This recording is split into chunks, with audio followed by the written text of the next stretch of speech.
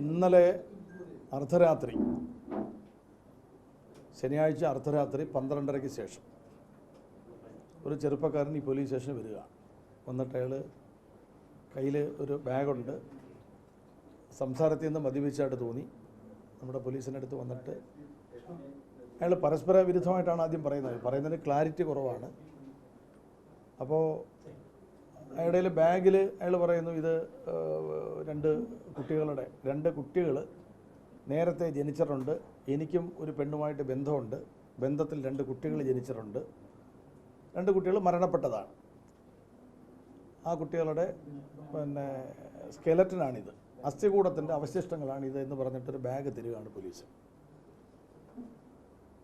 അപ്പോൾ പെട്ടെന്ന് പോലീസ്, സാധാരണ രീതിയിൽ അങ്ങനെ സംഭവിക്കാറില്ല എന്നുള്ളതുകൊണ്ട് പോലീസ് അമ്പരന്നു.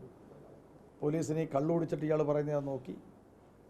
പക്ഷേ അത് പെട്ടെന്ന് തന്നെ പോലീസിന് ബോധ്യമായി ഇവൻ കള്ളു കുടിച്ചിട്ട് പറയുന്നത് മാത്രമല്ല, എന്തോ ഇതിനകത്തുണ്ടെന്ന് മനസ്സിലായിട്ട് പോലീസ് അപ്പോൾ തന്നെ അവർ CE അറിയിച്ചു, DYSP അറിയിച്ചു.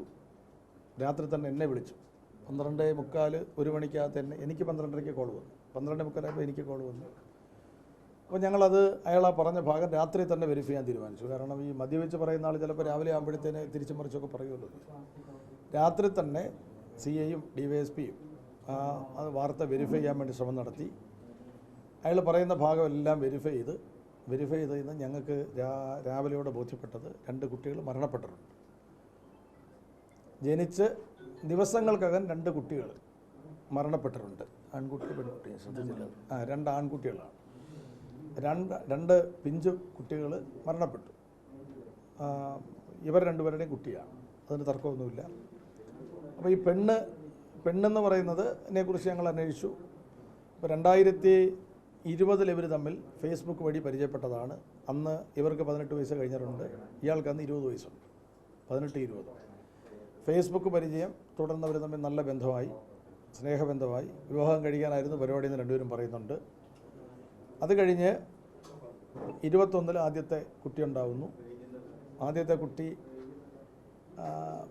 തുടർന്ന് ഞങ്ങൾ കൂടുതൽ അന്വേഷിച്ചു. ഇത് മരണപ്പെട്ടതാണോ, കൊന്നതാണോ, കുഴിച്ചിട്ടു എന്ന് പറയുന്ന സത്യമാണോ എന്നൊക്കെ പരിശോധിക്കാൻ വേണ്ടി ഞങ്ങൾ ഇത്രയും സമയം വെരിഫൈ ചെയ്തപ്പം കണക്റ്റഡായിട്ട് കുറേ ചെറിയ എവിഡൻസ് ഞങ്ങൾക്ക് കിട്ടിയിട്ടുണ്ട്.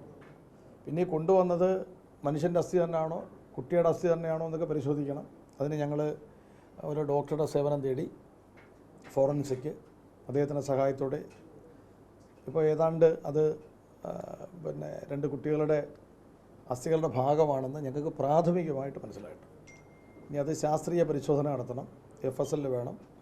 ഇവരുടേതാണെന്നറിയാൻ DNA ഉൾപ്പെടെയുള്ള പരിശോധനകളും ടെസ്റ്റുകളും നടത്തണം. കുഴിച്ചിട്ടു എന്ന് പറയുന്ന സ്ഥലം, ആ സ്ഥലത്തെക്കുറിച്ച് ചില വിവരങ്ങൾ കിട്ടിയിട്ടുണ്ട്. അത് ഉറപ്പുവരുത്താൻ വേണ്ടി അതിന് കൂടുതൽ വിശദമായ അന്വേഷണം, കൂടുതൽ ക്ലാരിഫിക്കേഷൻ വേണം. ഒരുപാട് സാക്ഷികളെ കണ്ട് ചോദിക്കാനുണ്ട്. സാക്ഷികളാകാൻ സാധ്യതയുള്ള കുറേ കാര്യങ്ങൾ നോക്കാനുണ്ട്. പിന്നെ ഈ 2 പേരെയും ചോദ്യം ചെയ്തു. 2 പേരും കുട്ടിയുടെ അമ്മയെന്ന് കരുതപ്പെടുന്ന സ്ത്രീ പറയുന്നത് ആദ്യത്തെ കുട്ടി ജനിച്ചപ്പോൾ തന്നെ മരിച്ചിരുന്നു, കഴുത്തിൽ പൊക്കിൾ കൂടി ചുറ്റിയിരുന്നു, അപ്പം വയറ്റിൽ വെച്ച് തന്നെ 2 ദിവസം മുമ്പ് തന്നെ അനക്കമില്ലായിരുന്നു എന്നൊക്കെ പറയുന്നുണ്ട്. അതൊക്കെ പ്രാഥമികമായിട്ട് പറയുന്ന കാര്യങ്ങളാണ്, പരിശോധിക്കാനുണ്ട്. 2ാമത്തെ കുട്ടി അതും ഇതുപോലെ മരണപ്പെട്ടാണ് വന്നതെന്ന് പറയുന്നു. പക്ഷെ ഞങ്ങളിപ്പോൾ ഇന്നിപ്പോൾ നടത്തിയ വേറെ ചില ഇൻവെസ്റ്റിഗേഷൻ, ഞങ്ങൾ ശാസ്ത്രീയമായിട്ട് കുറേ ചോദ്യം ചെയ്തു, കുറേ കാര്യങ്ങൾ വെരിഫൈ ചെയ്തതിൽ 2ാമത്തത് സ്വാഭാവിക മരണമല്ല, അതവർ കൊന്നത് തന്നെയാണ്. 2ാമത്തെ കുട്ടി അവർ കരയാൻ തുടങ്ങി, ശ്വാസം മുട്ടിച്ച് കൊന്നു, മുഖത്ത് പൊത്തി പിടിച്ച് കൊന്നു. അത് അങ്ങനെയാണ് ഞങ്ങൾക്ക് പ്രാഥമികമായിട്ട് മനസ്സിലായിട്ടുള്ളത്. അപ്പം ആദ്യത്തേത് കൂടുതൽ അന്വേഷിക്കാനുണ്ട്. ഇനി അതിൻ്റെ ബാക്കി കാര്യങ്ങളെല്ലാം ഇവിടെ ഒരു അന്വേഷണ സംഘം രൂപീകരിച്ചിട്ടുണ്ട്. ചാലക്കുടി DYSP ശ്രീ ബിജുകുമാർ, ഇവിടുത്തെ CI മഹേന്ദ്ര സിംഹൻ, അവരുടെ നേതൃത്വത്തിൽ ഈ കേസ് അന്വേഷിക്കും. ബാക്കി കാര്യങ്ങളെല്ലാം ചെയ്യും. അല്ല, മൃതദേഹം എന്ന് പറയുന്നത് ഇല്ലല്ലോ. മൃതദേഹം എന്ന് പറയുന്നത് കുഴിച്ചിട്ട് മാസങ്ങൾക്ക് ശേഷമാണ് അതിൽ നിന്ന് അസ്ഥികൾ മുഴുവൻ എടുത്ത്. അപ്പോൾ പിന്നെ അതിനകത്ത് റെമനൻസ് ഉണ്ടാവണം, അതും ഇതും ഒന്നാമതോ നോക്കണമല്ലോ.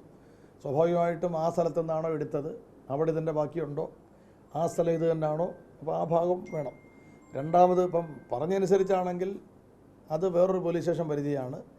അത് കുഴിച്ചിട്ടത് ഈ അമ്മയാണ്.